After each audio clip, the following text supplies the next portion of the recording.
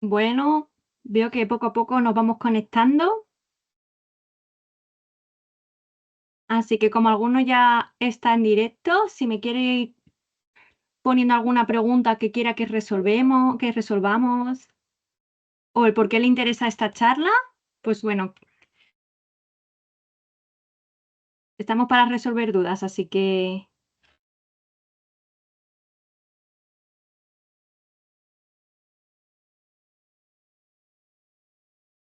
creo que se me ve y se me escucha, ¿verdad?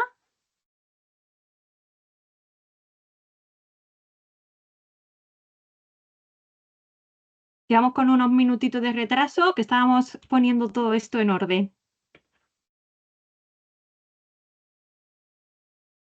Algunos anima. Mira, sí, me está diciendo por aquí Alex que sí, supongo que sí que se me ve y que se me escucha. Y entiendo que muchos de los que estáis aquí viendo esta presentación es porque habéis sacado plaza, ¿no? ¿O no? ¿O habrá un poco de todo? Sí, habéis sacado plaza muchos. Qué bien. Pues primero de todo, enhorabuena. Enhorabuena que no ha sido un examen para nada fácil, pero ya tenéis vuestra plaza, así que es súper merecida. Y bueno, no sé si vosotros estáis escuchando un pitidito cada vez que. A ver, no sé si vosotros escucháis un pitidito o no. Vale, creo que ya no. ¿Y veis la presentación? A ver, un momentito porque voy a poneros, a ver, que si no me suena, compartir pantalla. Vale, creo que veis la presentación, ¿verdad? Vale, bueno, entiendo que sí. Voy a ir comenzando, que tengo muchas cosas. ¿Cómo que no veis la presentación? No se ve nada. A ver, un momentito. A ver, compartir. Problemas técnicos, como podéis estar viendo. ¿Ahora? Ahora en teoría sí que se tendría que estar viendo. A ver, decirme, porfa. Sigue sin verse. A ver, no sé por qué ha pasado eso. Compartir.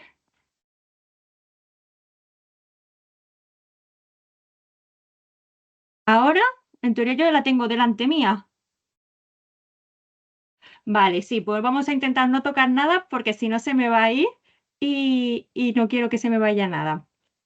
Bueno, antes de nada yo voy a presentarme. Muchos me conoceréis, ¿vale? Pero algún otro no me conocerá. Yo soy Cristina, soy residente de psicología y bueno, estoy aquí un poquito para resolver algunas dudas que podáis tener.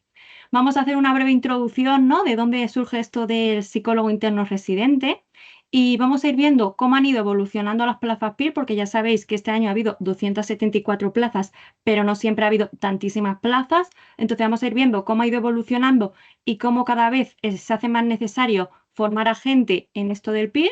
Vamos a hablar sobre si hay alguna especialidad o no, que los médicos sí que tienen especialidad. Alguna característica del examen que muchos ya vosotros habéis tenido que pasar por esa fase y sabéis perfectamente lo que es, así que tampoco me voy a enrollar mucho.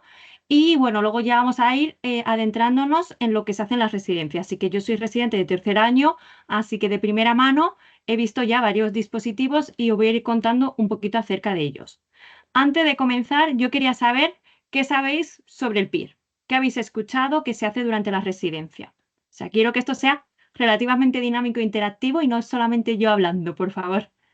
A ver, ¿qué os han contado? No sé si os han contado que hay posibilidad de rotar en el extranjero, si uno puede rotar fuera de su hospital, no sé qué os han contado o qué pensáis que sabéis. Porque entiendo que si muchos habéis sacado plaza de los que estáis aquí, es porque, eh, bueno, pues sabéis un poco lo que se hace como residente, si no, no hubierais estado formándoos. A reprender, rotar y luego de nuevo positar en la OPE. Vale, bueno, aprender y rotar por diferentes dispositivos, más o menos. Bueno, vamos a ir resolviendo dudas sobre todas estas cuestiones relacionadas con la residencia. Así que, bienvenidos. Vamos a ir viendo cómo ha ido evolucionando esto del PIR, ¿vale? El primer examen se remonta a 1994. Muchos de los que me estáis viendo posiblemente ni hubierais nacido en ese momento, ¿no? En ese momento fue el primer examen PIR que se convoca a nivel estatal. Y en aquel momento tan solo hubo 52 plazas. Y el itinerario formativo no siempre ha sido de 4 años. Antiguamente era de 3 años.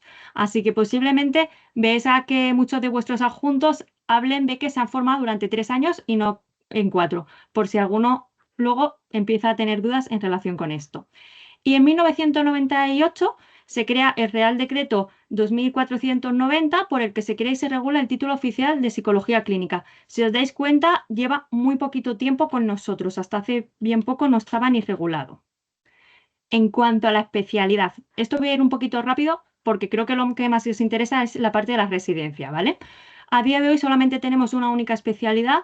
Sí que se estaba intentando luchar por una especialidad de psicología infantil, porque ya muchos sí que sabréis que hace un par de años se ha creado la especialidad de psiquiatría infantil y ahora mismo para ser psiquiatra la residencia dura 5 años y también se habla de la parte de neuropsicología, ¿no? Pero bueno, hasta el día de hoy solamente tenemos una única especialidad y sí que varía un poco de un hospital a otro las rotaciones que hacemos, pero todas tienen como cosas en común, ¿vale? Que vamos a ir viendo.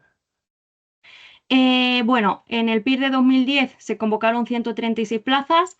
Este año, los que os habéis presentado, sabéis que estamos en 274 plazas y aquí está incluido el turno de discapacidad, ¿vale? Y bueno, aquí simplemente tenéis un desglose de cómo han ido aumentando. ¿Por qué ha habido un aumento de plazas PIR? Porque se hace cada vez más necesario la figura del psicólogo clínico, ¿no? De por sí el otro día en el dispositivo en el que estoy en un hospital de día, hubo una reunión en la que se decía que es que no había psicólogos para cubrir puestos vacantes, ¿no? Al igual que también pasa esto con psiquiatría.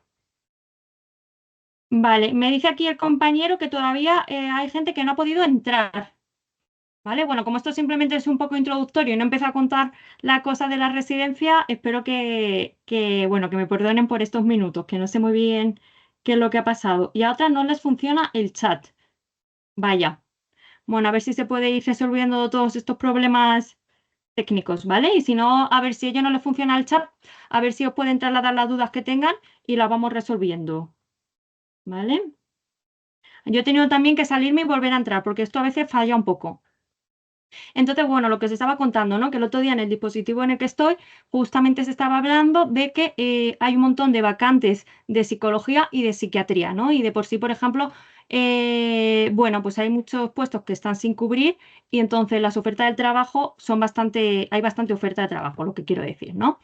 Y bueno, la evolución de las plazas PIR también han ido de la mano con un aumento de alumnos que han sacado plaza, ¿no? Ya sabéis que este año en APIR han sacado plaza 193 personas de las 274. O sea, yo creo que esto es una cifra bastante buena y muy representativa, ¿no? De todo el trabajo que hay detrás de los profesores, tutores, de los alumnos, de los simulacros, ¿no? Que esto creo que es importante ponerlo en valor.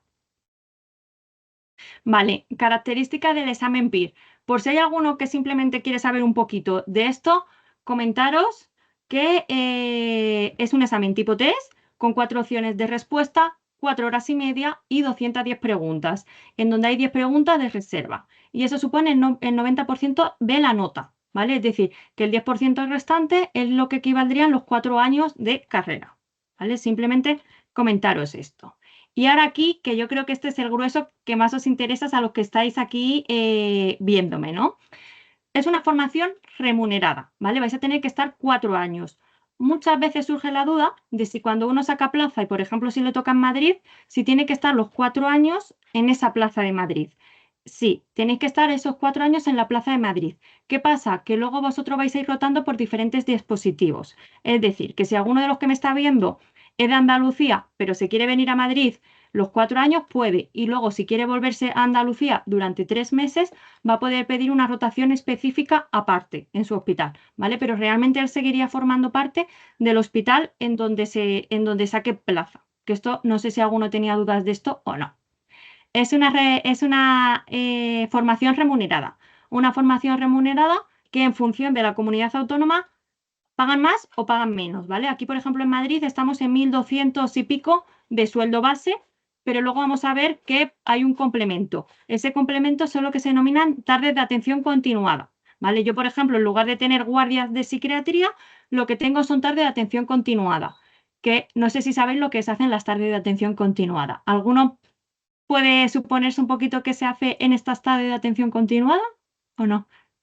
Entonces, realmente el sueldo base se le une a esa formación complementaria, ¿vale? Hay gente que hace más atención continuada y gente que hace menos atención continuada. Por ejemplo, el Hospital Clínico de Madrid tiene muchas horas de atención continuada, entonces eso significa que de R1 tiene un sueldo más elevado que, por ejemplo, otros hospitales que hacen menos tarde de atención continuada, ¿vale? Aquí, por ejemplo, dice el compañero Álvaro que él había visto que se hacían evaluaciones y terapias de grupo.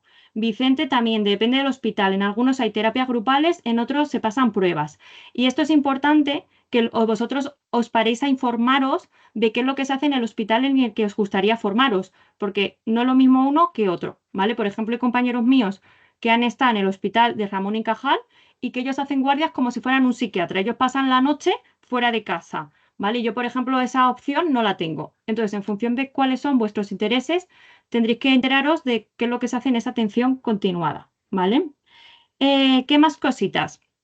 Luego os voy a decir específicamente qué es lo que hago yo en mi hospital, ¿vale?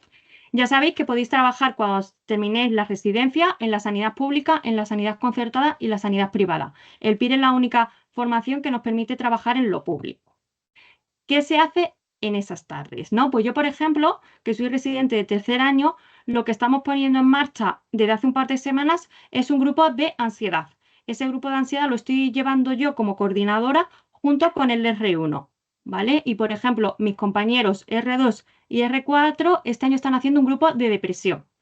Paralelamente a esto, con una de las tardes de atención continuada, ahora en marzo vamos a empezar un grupo de familiares de pacientes que han sufrido un infarto o algún tipo de accidente cardiovascular, ¿vale? Entonces esto es una propuesta que hemos hecho desde mi hospital porque la atención continuada no está del todo establecida porque es una plaza relativamente nueva, pero se ha aceptado muy bien la propuesta, porque esto es una diferencia, ¿vale? De los que sacan plaza y van a un hospital con una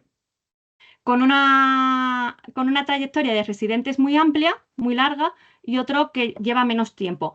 Aquellas plazas que son más nuevas están más abiertas a sugerencias que se puedan hacer por parte de los residentes, ¿no? Que no es como, por ejemplo, otros hospitales que están establecidos a hacer evaluaciones neuropsicológicas y lo que tienen que hacer es esa evaluación neuropsicológica sí o sí. No sé si me estoy explicando, ¿vale? Que esto es importante.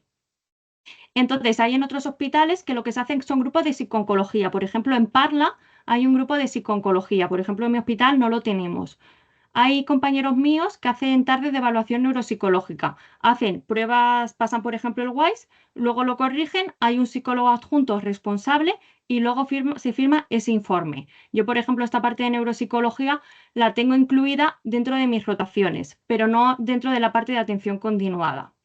También, por ejemplo, yo lo que hago en mi hospital, a ver, me pregunta Isabel cómo lo que se puede saber lo que se hace en cada plaza. Pues eso es importante que os pongáis en contacto con residentes de ese hospital, ¿vale? O sea, yo os cuento un poco lo que yo conozco, pero por ejemplo en Alcorcón, neuropsicología, no tenemos tarde de atención continuada de neuropsicología, pero sí que tenemos grupos de ansiedad y de depresión actualmente. Vamos a empezar el de rehabilitación cardíaca para los familiares y estamos llevando pacientes de trayecto del centro de salud mental, ¿vale? Son aquellos pacientes que hemos empezado a ver en el centro de salud mental, pero que consideramos que requieren de cierta continuidad y no los llevamos, por así decirlo, ¿vale? Todos estos pacientes siempre son supervisados por adjuntos. Es decir, que tú sales del centro de salud mental y no quiere decir que ya no vuelvas a tener supervisión con tu adjunto. Para nada, tienes que buscar al adjunto y buscar huecos para poder ver los casos que estás llevando, ¿vale? ¿Qué más cositas? Psiquiatría. Yo, por ejemplo, cuando empecé de residente en el primer año, no tenía pacientes porque a los primeros meses uno está un poquillo perdidillo y no sabe muy bien cómo empezar, ¿no? Pues yo, por ejemplo, las primeras guardias que hacía eran de psiquiatría. Entonces yo lo que hacía era acompañar al psiquiatra adjunto a ver pacientes que venían a la urgencia, ¿vale? Entonces, como antes os decía, muchas más horas de atención continuada se traducen en más sueldo. lo que os decía, pues el clínico creo que tienen como 70 horas de atención continuada, se traduce en más sueldos. Mientras que, por ejemplo, los hospitales de la zona sur de Madrid, como pueden ser Parla, Fuenlabrada, Leganés, Alcorcón, Móstoles, tienen muchas menos horas de atención continuada y eso se traduce en un sueldo menor, ¿vale? O sea, simplemente para que lo tengáis en cuenta. Y también importante, cada año que vosotros vayáis pasando por las residencias, vais cobrando más sueldo. ¿Por qué? Porque se entiende que, o sea, se empiezan a asumir unas responsabilidades mucho más altas. Entonces, cada año va aumentando el sueldo, que eso también es importante. Así que aquí me dice una compañera que ya está bien de Alcorcón. Así que bueno, a lo mejor la tengo de RP, que nunca se sabe. Luego os contaré qué es eso de RP y R mayor, que alguna vez me escucharéis decirlo. Me pregunta el compañero Álvaro, ¿vale? Me encanta que sea dinámico esto. Que si puedes cambiar las tardes que haces de atención continuada o es fijo para cada hospital o a lo largo de toda la residencia. Vale, pregunta muy interesante la que me está formulando Álvaro. ¿Por qué? Porque hay veces que en los hospitales te tienes que poner de acuerdo con otros residentes. Por ejemplo, yo cuando hacía la guardia de psiquiatría, como era una plaza relativamente nueva, casi nunca coincidía con otros residentes de psicología. Pero actualmente tenemos mucho más residentes de psicología, más residentes de enfermería y más residentes de psiquiatría. Entonces sí que es importante que nos coordinemos entre nosotros para que no vayamos 4 personas a ver a un paciente que está en la urgencia, ¿vale? Que se intenta como no solaparnos unos con otros. Pero, por ejemplo, cuando tú llevas a cabo las tardes de atención continuada con pacientes de trayecto del centro de salud mental, pues bueno, puedes ponerte tú las tardes que a ti te vengan bien, ¿vale? Esto en función del hospital. Hay hospitales que está mega establecido de que los lunes se hace el grupo de psico-oncología, entonces ahí, si los lunes a ti no te viene bien, vas a tener un problemilla porque no es movible, pero en otros hospitales en donde esto no está tan establecido, pues siempre se puede un poquito cambiar, ¿vale? No sé si me estoy explicando o no me estoy explicando adecuadamente. Si no, me paráis, ¿vale? Entonces, eso, en función del hospital vais a poder elegir unas tardes u otras, ¿no? Yo el otro día hablando con una compañera de Parla me decía, anda, pero tú te puedes poner las tardes que tú quieras en el mes. Y bueno, pues teniendo en cuenta las tardes de grupo que son inamovibles, no puedes estar diciendo a los pacientes, hoy te veo un lunes y y la semana que viene te veo un miércoles, pero los pacientes, por ejemplo, de trayecto, pues me los puedo citar la primera semana o la segunda semana, como que están más abiertos a esa parte, ¿vale? ¿Qué más cositas? A ver, el contrato, como es indefinido, el contrato son durante 4 años. Cada año, Manu, como que lo renuevas, ¿vale? Simplemente te llaman de recursos humanos, te acercas y firmas el nuevo contrato, ¿vale? Sería una formación durante 4 años y cada año se va firmando. Pero vamos, no sé si me deja alguna dudilla por ahí. Importante, no os he explicado qué es lo que se hace exactamente en la residencia, luego lo voy a contar, ¿no? Pero sí que durante los 4 años vais a tener formación, ¿vale? Una vez a la semana vais a juntaros con otros residentes, Mires e Ires, y a veces también de otros hospitales, lo que os decía. Yo, por ejemplo, me junto con Fuenlabrada, con Getafe, Leganés y Parla, ¿vale? Y en función del año se van viendo unas cosas o se van viendo otras. Por un lado, pues a veces vemos un curso de drogas en donde especialistas en el ámbito vienen a impartirnos todo lo que ellos saben sobre este tema. O el primer año lo más común es que haya una introducción a fundamento de la psicopatología, que es como para ayudarte a saber dónde estás, ¿no? Porque, por ejemplo, los MIRES están un poquito más perdidos y la parte del DSM-5 la tienen un poquito más descuadrada, ¿no? Pues, por ejemplo, el primer año sí que nosotros en la zona sur hacemos ese curso de fundamentos de psicopatología. Por ejemplo, también se hacen cursos de técnicas proyectivas. El año pasado hubo un grupo de grupos específicos. Este año estamos recibiendo un curso de infantil. Y luego también, aparte de esto, estos son como la primera y la segunda hora. Y luego la tercera hora es de formulaciones. ¿Qué es esto de las formulaciones? Las formulaciones es el proceso en donde tú tienes que llevar algún caso que te esté costando de manera pormenorizada. ¿Cuál es el motivo de consulta de este paciente? ¿Qué es lo que perpetúa esa problemática? ¿Qué situación social tiene ese paciente? ¿Vale? Nos ayuda un poquito como a establecer ese esquema mental para poder intervenir. Eso se hace de R1 y R2 porque se entiende que estamos un poquito más perdidos.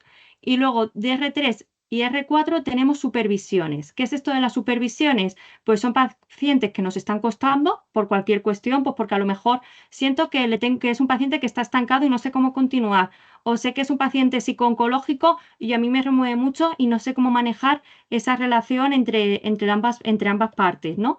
Pues llevo ese caso a docencia y mis compañeros y dos coordinadores me van ayudando en todo este proceso de pensar, ¿vale? Decirme si voy muy rápido, ¿eh? Que yo a veces siento que me embalo, por favor. Y luego la última hora de docencia lo que hacemos son trabajos clínicos. Cada día un hospital tiene que llevar algún trabajo clínico. Pues a veces se llevan trabajos clínicos de cómo, por ejemplo, ha ido la rotación en Argentina o, por ejemplo, cómo intervenir con un paciente que tiene muchas dificultades de sueño. En función de vuestros intereses podéis llevar un trabajo clínico u otro, ¿vale? Y esto de las formulaciones y supervisiones es importante que sepáis que no siempre lo lleva el mismo hospital. Como ya os he dicho, yo me reúno con varios hospitales y cada semana nos toca uno. Entonces eso está muy guay porque a veces no es tu paciente, pero viendo cómo lo formula otra persona, tú aprendes mucho. Entonces esta parte de docencia está súper bien montada y a mí me gusta mucho. Y luego otra cosa importante es que una vez al mes hay un grupo Valint. No sé si sabéis lo que es un grupo Valint o no. Mira, buena pregunta la que me ha hecho Eli. Ahora les respondo a eso. ¿Sabéis lo que es el grupo Valint? Me da a mí que no, que esto no se suele ver mucho. Vale, grupo Valint. Básicamente es que tú te juntas. Se hace, por ejemplo, en mi hospital lo que se hace es tres grupos. Se hacen tres grupos en donde hay mires, pires e ires y un grupo pequeño, como unas 15 personas más o menos. Y entonces, por ejemplo, ahí podemos hablar de qué dificultades como terapeutas estamos teniendo, ¿no? Pues yo, por ejemplo, siento que hay un paciente que está como muy interesado en mí y no sé cómo manejar esa situación. ¿Vale? Pues como que entre todos nos intentamos ayudar. O ha pasado alguna cosa con algún adjunto que me ha enfadado mucho y no sé muy bien cómo resolver, ¿no? Y necesito esa parte de ventilación y desahogo emocional. Pues justamente esto se hace una vez al mes en la zona sur de Madrid, ¿vale? Que más o menos Rocío tenía una idea. Rocío y Marina. Y luego, por otro lado, hay una compañera, Eli, que me ha preguntado que si se hace una revisión bibliográfica. Una vez al mes, uno de los hospitales tiene que llevar una revisión bibliográfica. ¿Qué es esto? Esto básicamente es que haya algún artículo que a ti te resulte interesante y que quieras compartir con el resto de compañeros, ¿no? Pues yo, por ejemplo, justamente la semana que viene tenemos una formulación, una revisión bibliográfica y hemos buscado un artículo de Badaraco, ¿vale? Un artículo que nos ha interesado mucho porque se habla no solamente de la parte de síntomas de la persona, sino de las cosas que tiene conservada un paciente, ¿no? Que esa parte tiende a dejarse mucho más de lado. Pues ese artículo nos ha parecido interesante y lo vamos a llevar a docencia, ¿vale? Entonces, sí que una vez al mes se hace esto de la revisión bibliográfica que comentaba la compañera Eli, ¿vale? Más o menos vamos bien, vamos resolviendo alguna que otra duda. En función del hospital, a veces la docencia son unos días o son otras, ¿vale? En la zona sur lo tenemos establecido los miércoles y es de 8:30 hasta las 2:30, 3, ¿vale? Y luego, por ejemplo, en mi centro de salud mental, todos los martes también tenemos una docencia semanal, ¿vale? Pues, por ejemplo, que a mí me interesa mucho la terapia cognitiva basada en mindfulness, pues llevo una sesión en donde voy a hablar de eso. Que resulta que he visto un paciente con un trastorno facticio y quiero compartirlo con el resto de compañeros, a ver qué podría haber hecho o a ver qué tratamientos hay para abordar este trastorno y demás, pues me hago una revisión de eso y lo comento en mi sesión del CSM. ¿Vale? Esto más o menos hay que hacer una sesión al año en el centro de salud mental, en mi hospital, una o dos, ¿vale? Entonces, como os dais cuenta, no solamente estás todo el día viendo pacientes, sino también hay una parte en la que tú te formas, ¿vale? Porque, por un lado, cuando tú tienes que hacer la sesión, tienes que preparártela y por otro lado, cuando la dan otros, aprendes de otras cosas que han hecho otros compañeros, ¿vale? Vale, me pregunta la compañera Isabel, ¿cuál crees que es el volumen de trabajo teórico que conlleva un año de residencia? A ver, es verdad que la residencia es un momento de aprendizaje, entonces es un momento de nutrirte de muchas cosas, ¿no? Pues por ejemplo, cuando rotas en el centro de salud mental, sientes que a veces te falta conocimiento acerca de trastornos de personalidad. Pues oye, pues te puedes recomendar tu adjunto leerte un libro de trastorno de personalidad. Oye, que yo tengo a veces dudas de cómo acercarme al otro. Pues a lo mejor es interesante que te leas un libro de habilidades terapéuticas, ¿vale? Entonces, es una pregunta un tanto difícil de responder, Isabel, porque eso va siendo un poco en función de cómo tú te vayas encontrando y de qué cosas veas que te cojean un poquito más, ¿vale? Porque los manuales están muy bien, pero luego la clínica te das cuenta de que hay mucha comorbilidad entre trastornos, ¿no? Entonces hay manuales que te ayudan un poquito a establecer claridad en qué cosas abordar antes y qué cosas abordar después, ¿vale? Vale, me está diciendo Vicente que todo esto hay que ir apuntándolo en el libro de residencia. No sé muy bien qué hay que apuntar en ese famoso libro. Vale, lo que está hablando Vicente es sobre una memoria, la memoria del residente. Todos los años, cuando acabamos la residencia, tenemos que hacer como una memoria, que en esa memoria lo que hay que hacer es poner un resumen de todo lo que tú has hecho. Pues cuántas entrevistas iniciales has hecho, cuántos seguimientos has hecho, qué artículos te has leído, si has ido a congresos, si has ido a la docencia mancomunada, por ejemplo, de Leganés, si has presentado un trabajo en el centro de salud mental. O sea, lo que se hace en ese famoso manual del que habla Vicente y que parece que está un poquito atemorizado, es de lo que tú has estado haciendo durante ese año de residencia. ¿Vale? Bastante sencillo. Básicamente registras un poquito lo que tú vas haciendo y luego a final de cada año se lo tienes que entregar a tu tutor. Así que ir preguntándome todo lo que queráis, ¿eh? ¿Qué cositas es importante que tengamos en cuenta a la hora de elegir plaza? Por un lado, la presencia de residentes mayores. Residentes mayores son psicólogos que están haciendo la residencia como vosotros, pero que están en cursos superiores, ¿vale? Entonces, esto está guay porque muchos de los miedos que tú tienes, esa persona también los ha tenido. Entonces, poder compartir con ese resi mayor que te ayuda de guía es muy, muy, muy bueno, ¿vale? También, por otro lado, saber si en el hospital hay historia de residentes previos. ¿Por qué? Porque si es un hospital que tiene mucha trayectoria de residentes, pues a lo mejor si los lunes toca el grupo de psiconcología y a ti no te gusta el grupo de psiconcología, no te va a quedar otro remedio que hacerlo. Pero si es una plaza relativamente nueva, pues posiblemente se escuche mucho de lo que tú digas, ¿no? Pues por ejemplo, en el primer año que yo entré como residente, a mi compañera le gustaba el dolor crónico, pues hicimos un grupo de dolor crónico. ¿Vale? Entonces eso está guay porque está mucho más abierto a lo que tú vayas proponiendo. O este grupo de multifamiliares de rehabilitación cardíaca. Eso ya os digo que lo voy a empezar en marzo, no sé cómo va a ir la experiencia, pero lo hemos propuesto, se ha movido y lo vamos a empezar en nada. ¿Vale? Entonces eso está guay. Vale, no hay ninguna pregunta de momento. No hay nada establecido, se va construyendo lo que estabas diciendo y la presencia de un COR. Un COR es un residente del mismo año que tú que entra en el mismo momento. Entonces eso está guay porque los dos estáis en la misma situación y los dos vais resolviendo dudas en el mismo tiempo. ¿Vale? Yo, por ejemplo, en mi hospital solamente somos un residente por año. Entramos un residente de psicología, uno de enfermería y uno de psiquiatría. ¿Vale? Pero, por ejemplo, mis compañeros en Leganés entran dos residentes de psicología. Entonces, sí que les cambia un poquito el plan formativo porque no pueden coincidir en el mismo dispositivo los dos, pero tienen esa posibilidad de apoyarse en uno en el otro. Y otra cosita que es muy importante que tengáis en cuenta es que durante los 4 años de formación vais a tener un tutor, ¿vale? Entonces está muy bien poder conocer al tutor para que, bueno, pues os pueda ir ayudando en todo el proceso, ¿vale? Yo, por ejemplo, tengo una tutora de residencia que es una maravilla, entonces cualquier dificultad que va surgiendo, cualquier cosa que yo necesito compartir con ella, está muy presente. Entonces, esto es una cosa que yo creo que es de las más valiosas que tiene la residencia, ¿no? Preguntar también sobre ese tutor, esa persona que os va guiando en todo proceso y que os va acompañando, ¿vale? No solamente para sugeriros lecturas, que para eso también está el tutor de residencia, sino porque también de vez en cuando vais teniendo entrevistas y os va devolviendo cómo estáis. O si tenéis alguna cosa que os incomoda mucho, pues lo podéis hablar con él o con ella, ¿vale? Dice el compañero que si el tutor de la residencia es un psicólogo clínico. Por lo general, sí. Luego, en cada uno de los dispositivos en los que estáis, vais a tener un tutor específico de ese dispositivo, pero vuestro tutor de residencia va a ser el mismo durante los 4 años. Entonces, normalmente suele ser siempre psicólogo clínico. Y es una maravilla contar con la figura de un tutor que te va un poquito abriendo el camino, ¿no? Diciendo, mira, estos son los 4 años que te quedan por delante, vamos a ir viendo qué intereses tienes para buscar una formación o buscar otra formación. Mira, te voy a proporcionar lecturas de esto que creo que es importante que leas en este primer año. O sea que creo que esto es una de las cosas más importantes de la residencia, el tutor y las supervisiones, ¿vale? Eh, dice aquí, preguntan por aquí que si supone mucha carga la parte de investigación, tener que impartir alguna sesión en el CSM. ¿vale? O sea, a ver, es verdad que hay cosas que uno tiene que hacer fuera de casa, ¿no? Pues, o sea, fuera del hospital. Como por ejemplo, leer los artículos que te puedan interesar o los libros, te va a tocar hacerlo fuera de la residencia, ¿vale?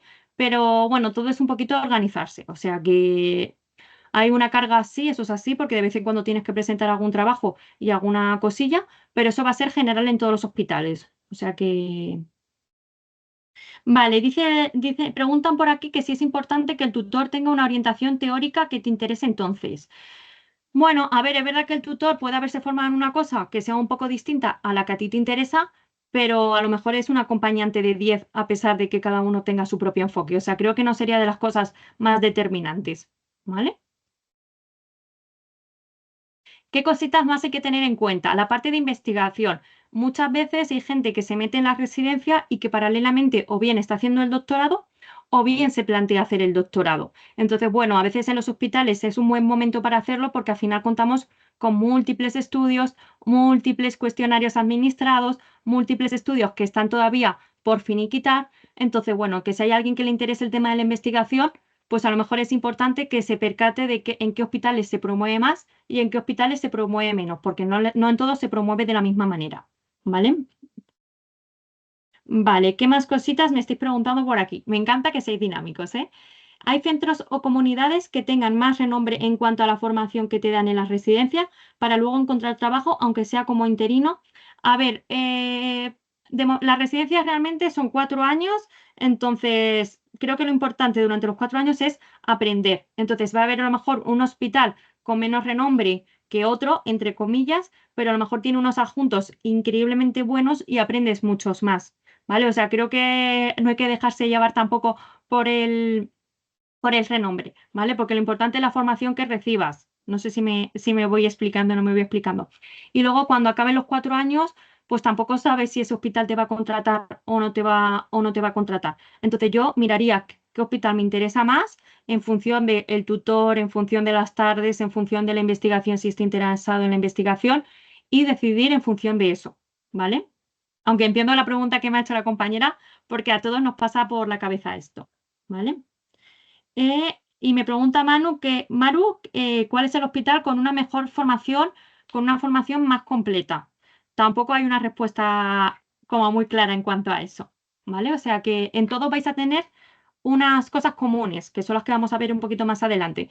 Entonces va a depender mucho de cómo sean vuestros adjuntos, de qué implicación tengáis vosotros, ¿vale? O sea que depende de muchos factores. No por formarte en X hospital vas a salir mejor formado que por formarte en otro, ¿vale?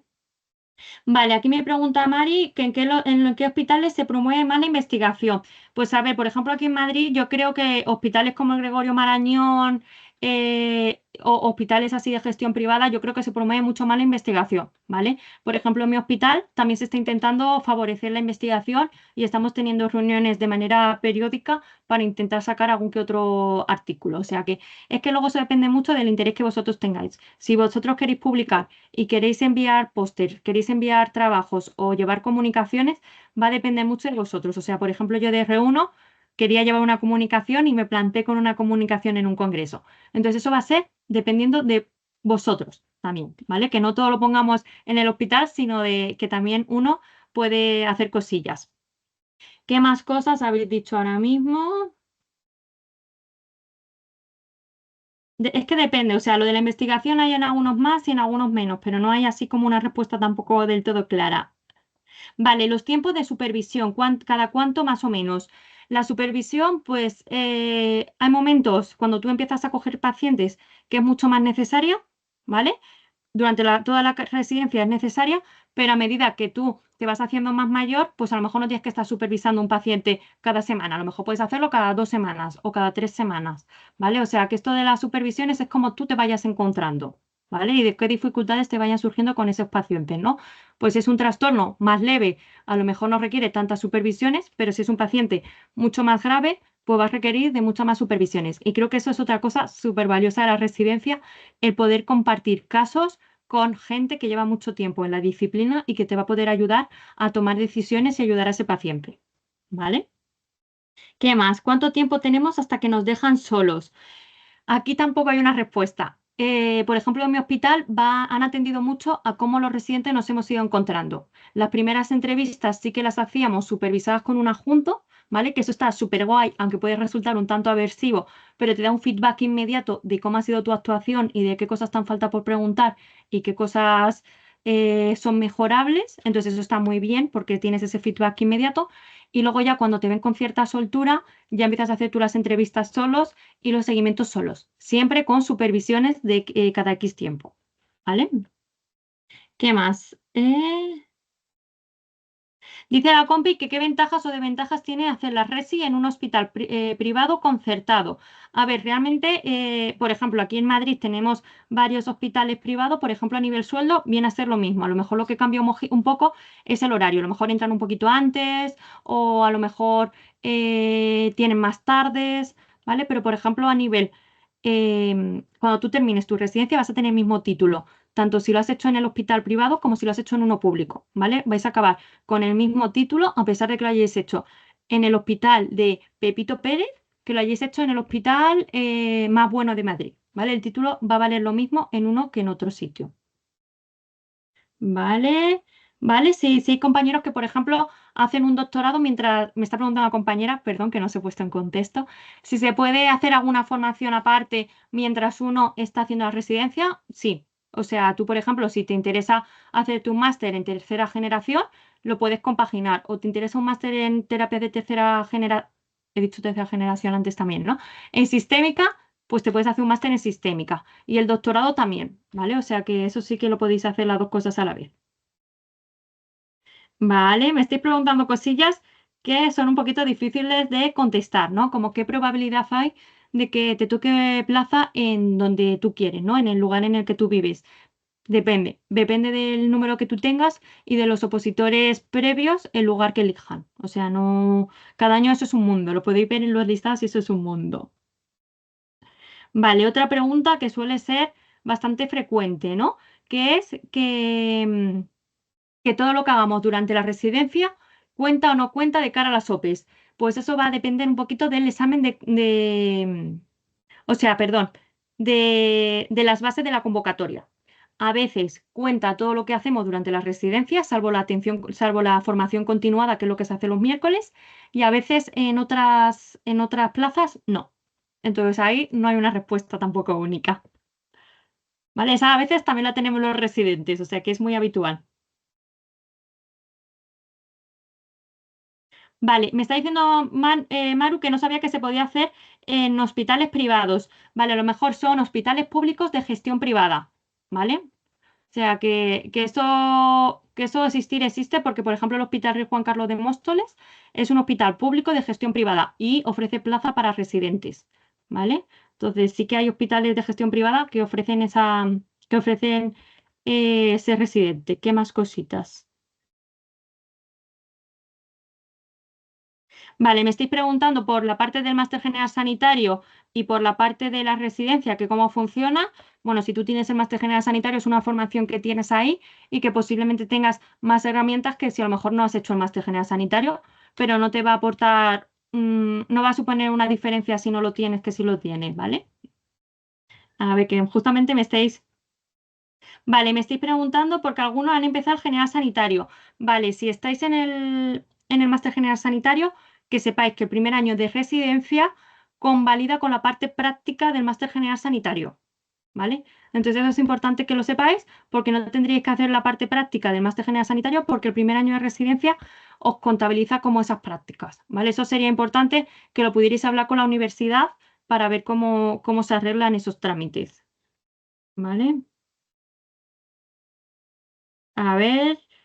El tema del doctorado, estoy viendo aquí todas las dudas que tenéis, no estoy centrándome en la diapositiva. El doctorado, pues en función de los intereses. Hay compañeros míos que acaban las residencias siendo también doctores y hay otros que no, o sea que depende. A ver, que Vale, me preguntan que si habéis hecho algún máster previamente a sacaros plazas, si cuenta de cara a la OP. En principio, todo lo que cuenta sería lo que haces durante y después, pero depende de la base de la convocatoria, ¿vale? Vale, no entiendo muy bien la pregunta de María. Vale, me pregunta porque si por A por B hacéis una lista de plazas y casualmente toda esa lista de plazas que habéis hecho em, resulta que han sido ocupadas por los residentes anteriores, ¿qué pasa con vosotros? Tenéis que hacer, si tenéis el número 270, tenéis que rellenar las 270 plazas, ¿vale? Esto es importante. Si tenéis el número 274, hay que rellenar la 274 y te van a asignar la primera que no esté ocupada, ¿vale, Celia? Bueno, no creo que ha sido María quien lo pregunta, ¿vale? Vale, cositas importantes, ¿vale? Vamos, voy a continuar un poco y ahora me pongo a leer las dudas, ¿vale? Para ir continuando un poquito, que veo que tenéis muchas dudas.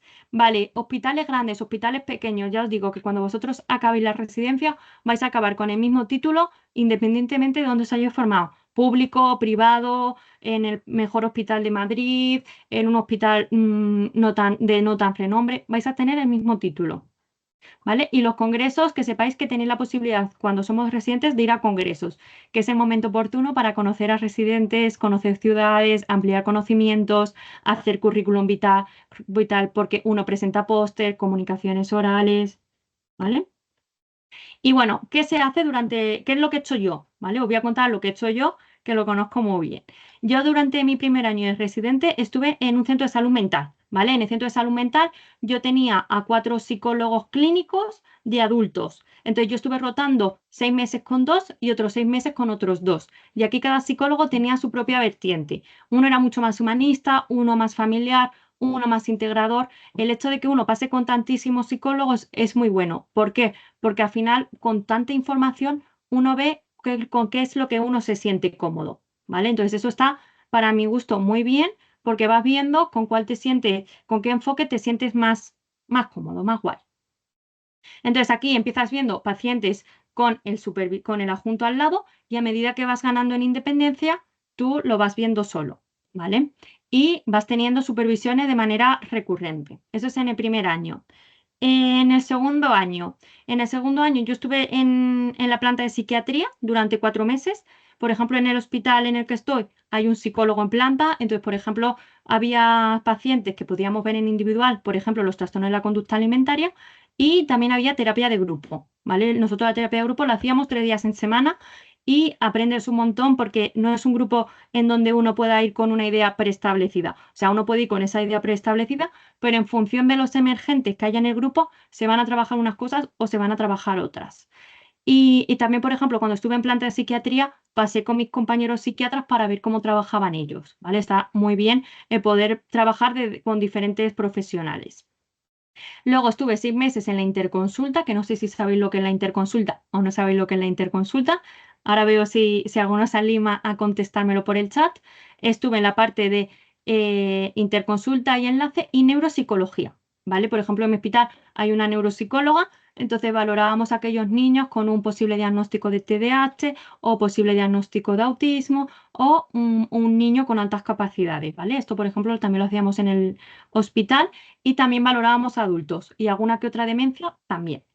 Y luego estuve rotando 3 meses en atención primaria, que también estuve en un centro en donde hay un psicólogo clínico y tuve un papel muy activo en donde, bueno, yo podía hacer las entrevistas para ver si ese paciente se podía beneficiar de la terapia de grupo o no, y luego estaba como coterapeuta en la parte grupal, ¿vale?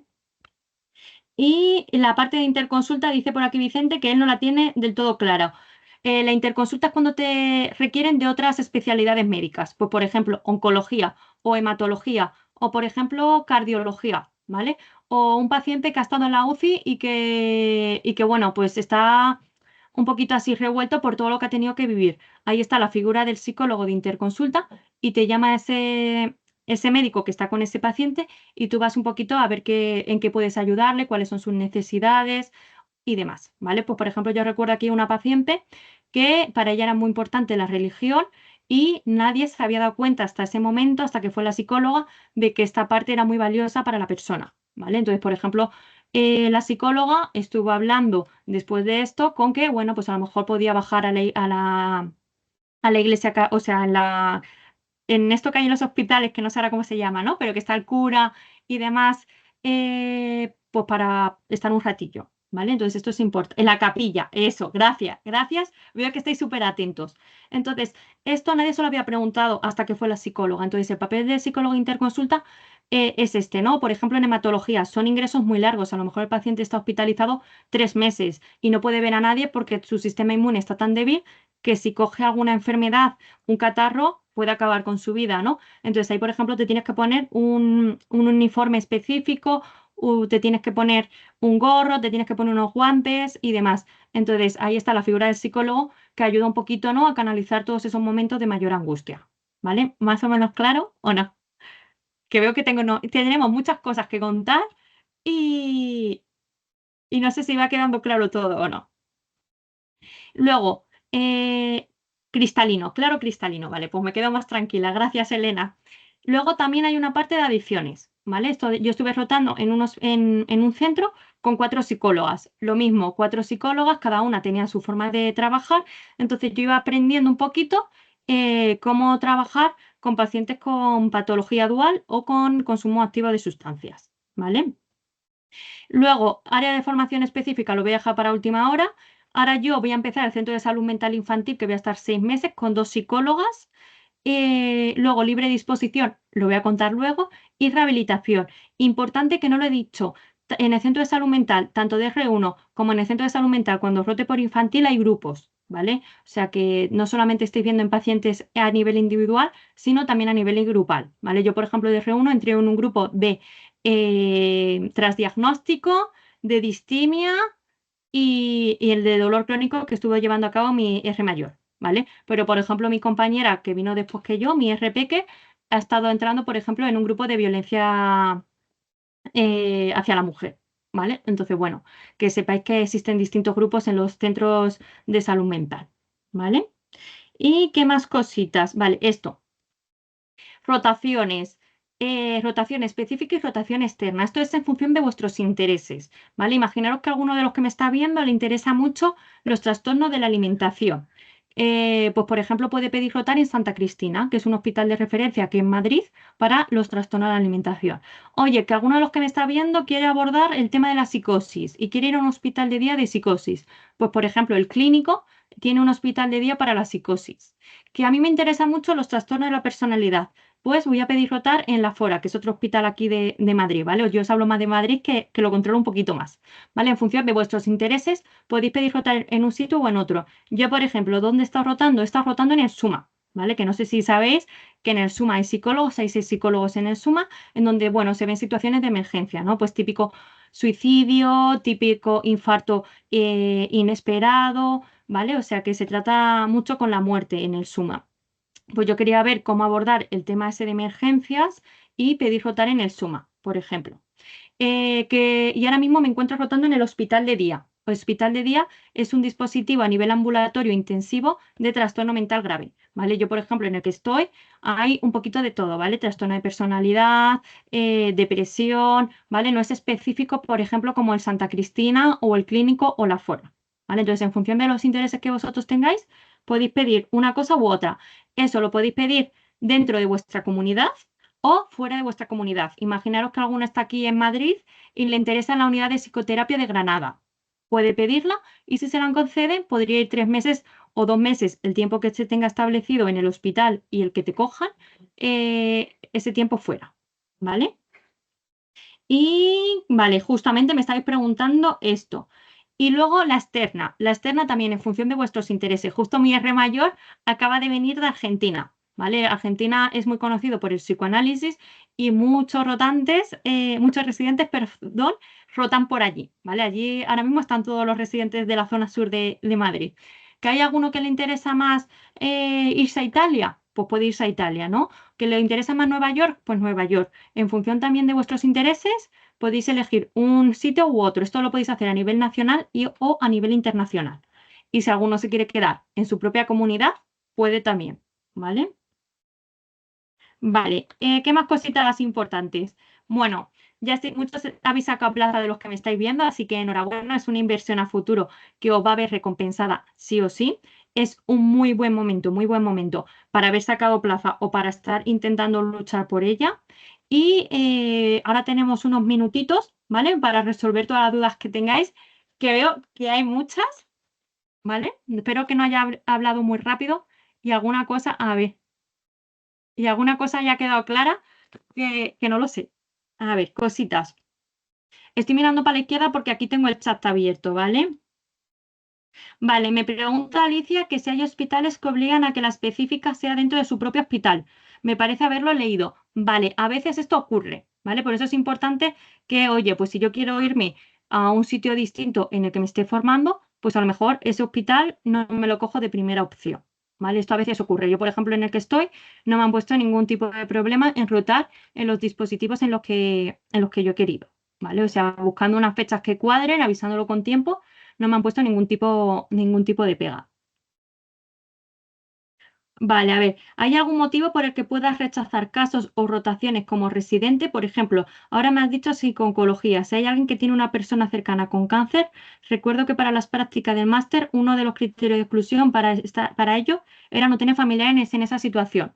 A ver, nosotros no podemos rechazar pacientes porque cuando seamos psicólogos clínicos pueden venir pacientes que nos puedan remover cosas y no podemos rechazarles. O sea, tendremos que hacer nosotros un trabajo personal. La residencia supone un trabajo personal enorme y tendrá que ver en qué medida eso le afecta y poder trabajarlo él.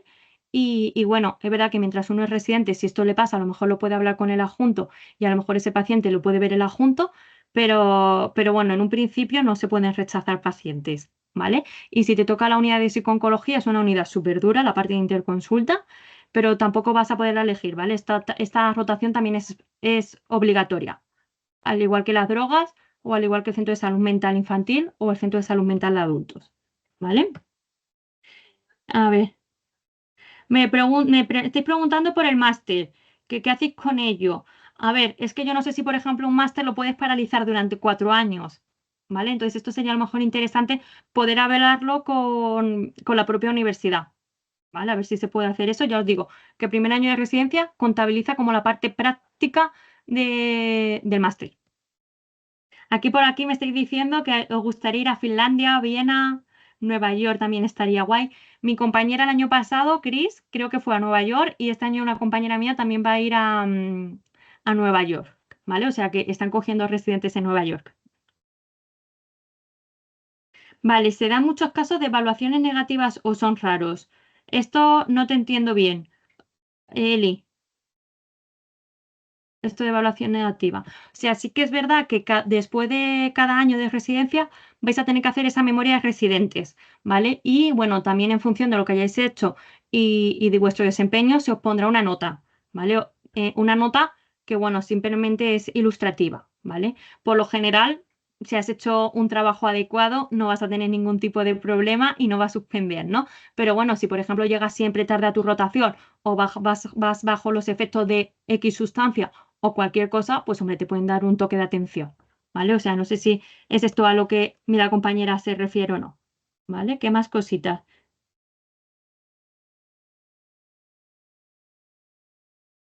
Vale, me está preguntando aquí el compañero Dani, hay muchas dudas, puede que alguna se me haya pasado, perdonadme. Pero si son así muy importantes, volvérmelas a preguntar. ¿De dónde podemos obtener información más específica de cada hospital? Por lo general, en que todos los hospitales se hacen jornadas, ¿vale? Se hacen jornadas en los hospitales en donde se informan de qué plazas ofertan. Entonces, bueno, pues eso sería informaros si me interesa el hospital X, ver en qué momento va a haber esa jornada de recepción de residentes, por así decirlo, para que tengáis una mayor información de primera mano, ¿vale? O sea que los hospitales, todo lo que se hace en los hospitales también debería estar subido, en el sentido de guía clínica del hospital, tal, pues os tendría que aparecer, ¿vale? Vale, ¿qué cositas sí que hay haciendo ahora? Bueno, os aseguro que cuando se abra el plazo para poner vuestra localización de dónde queréis hacer la plaza, os vais a enterar, ¿vale? Entonces, bueno, sí que, por ejemplo, para ser residente os obligan a estar colegiados, pero yo me esperaría a saber dónde voy a estar ejerciendo para colegiarme. O sea, no, si yo voy a estar en Madrid, pero me va a tocar en Murcia, no me voy a colegiar en Madrid, me tendría que colegiar en Murcia. O sea que eso habría que esperarse un poquito, ¿vale? Tema del examen médico, cuando os incorporéis como residentes, también os harán un reconocimiento médico, ¿vale? Vale, lo de la elección de plazas, si va a ser presencial o online, no se sabe. O sea, sí que se estaba intentando retomar esa parte presencial, pero no lo tengo del todo clara. Vale, justamente está aquí diciendo el esto de plan formativo de cada hospital, ¿vale? Trastear un poquito en la página de los hospitales y ahí os va a llegar la información, ¿vale? No obstante, el 20 de septiembre, el 20 de septiembre, el 20 de febrero tenemos el Resifest, que no sé si todos estáis enterados de lo que es el Resifest. Pero vamos, yo creo que es un momento también muy oportuno porque, bueno, va a ir muchos profesores, muchos tutores, muchos residentes. Entonces, bueno, ahí también vamos a poder obtener información de primera mano de, bueno, qué se hace en determinado hospital y demás, ¿vale? Entonces, yo os animaría a que os apuntarais, que va a ser una experiencia chulísima, ¿vale? ¿Qué más cositas? A ver, vamos a ir, a ver. Vale, justamente me estoy preguntando por la rotación del SUMA. Se atiende en momentos de urgencia máxima, ¿vale? O sea, paciente que ha sufrido, o sea, persona que ha sufrido un infarto de manera inesperada y la familia está desbordada. Pues ahí vas tú, ¿vale? O de repente mi familiar ha desaparecido y me han comunicado que la han encontrado en un hotel y se ha quitado la vida. ¿Vale? La familia está desbordada y tú vas a intervenir a la familia. Se hace ese momento de intervención puntual, pero nos hace un seguimiento, ¿vale? Pero es muy bonito, o sea, a mí me gusta mucho poder ver cómo es el trabajo en emergencias, ¿vale? Porque creo que es muy importante esa figura de, en ese momento máximo, que haya alguien que pueda un poquito ayudar a canalizar y a contener ese momento tan crítico. O sea, que, vale, el salario de la residencia en otro país cambia, no lo conozco, Maru. O sea, realmente la residencia la podéis hacer a nivel nacional, no a nivel internacional. Luego ya cuando acabéis de ser residentes y seis psicólogos clínicos, sí que tenéis la posibilidad de iros fuera de España, ¿no? Pero la residencia es a nivel nacional, no a nivel internacional. El examen médico, tranquilo, simplemente os pedirán unos análisis, ver que están todas las vacunas en orden y cosas que no tenéis que preocuparos, ¿vale? Que veo que aquí alguno me lo ha preguntado. Vale, me estoy preguntando porque si en unos por la orientación de cada hospital. A ver, es que eso va a depender del psicólogo con el que rotéis, ¿vale? O sea, es verdad que en los hospitales suele haber a lo mejor cierta vertiente, ¿no? Pero luego va a depender mucho de con quién estéis mano a mano. O sea, puede que el hospital sea muy biologicista, pero a lo mejor yo con el psicólogo que estoy es muy psicoanalista, ¿vale? Entonces, bueno, que es importante tener en cuenta todo esto. Y la residencia solo se puede hacer en España. Sí, la residencia tú perteneces a un hospital de aquí de España, pero si luego tú en tu rotación externa te quieres ir a Nueva York, puedes, pero es a nivel nacional, ¿vale? O sea, espero que nadie se haya sacado plaza y ahora esté pensando irse a Italia, ¿vale? Espero que no. La máxima, creo que son 4 meses el tiempo máximo que puedes estar haciendo la rotación fuera de España. Sí, ¿vale? Entiendo que tenéis como muchas, muchas, muchas dudas, ¿vale? Voy a resolver dos más. ¿Vale? Vale, estáis preguntando por el número de atención continuada. Depende de cada hospital. Yo, por ejemplo, lo tengo limitado a máximo 5 tardes, mientras que en otros hospitales te dan a elegir entre 8 y 12. Entonces, luego tú ya, en función del tiempo que tú vayas teniendo, pues eliges hacer 8 o eliges hacer 12. ¿Vale? Hay hospitales en donde esas tardes de atención continuada están limitadas y en otras en donde se da un rango. Entonces, eso es importante y no lo había pensado, Álvaro. O sea, muy buena pregunta.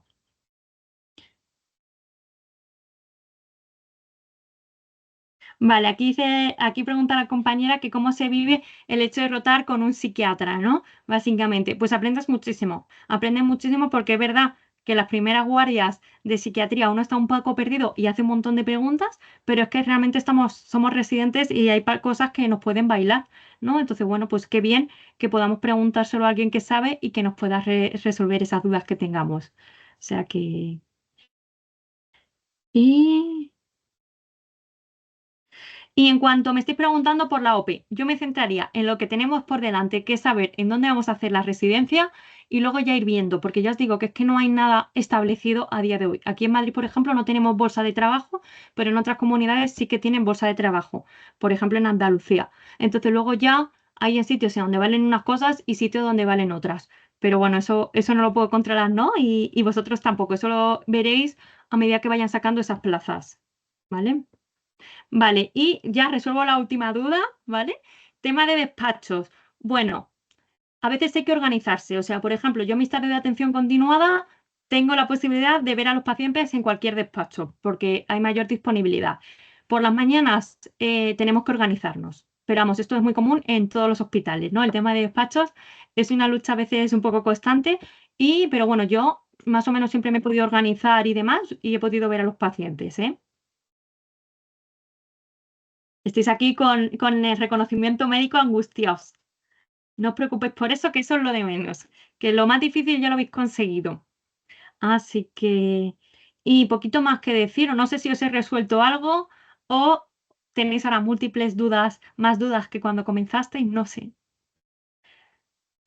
Os espera un camino muy, muy bonito, ¿vale? Que independientemente del hospital en el que estéis, van a ser 4 años de transformación.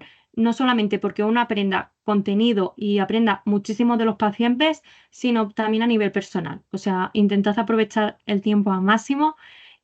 Ha sido una inversión de tiempo y de esfuerzo, pero os garantizo que va a merecer mucho la pena. Así que, así que aquí me está diciendo Elisa que ha quedado muy claro, que como primera aproximación ha quedado muy clara, así que bueno, pues muchas gracias por estar este ratito, ¿vale? Y nada, a lo mejor a uno de los que me está viendo es mi RP, así que bueno, ya lo descubriré en unas semanas. Así que muchísimas gracias y nada, disfrutad y aprendes mucho.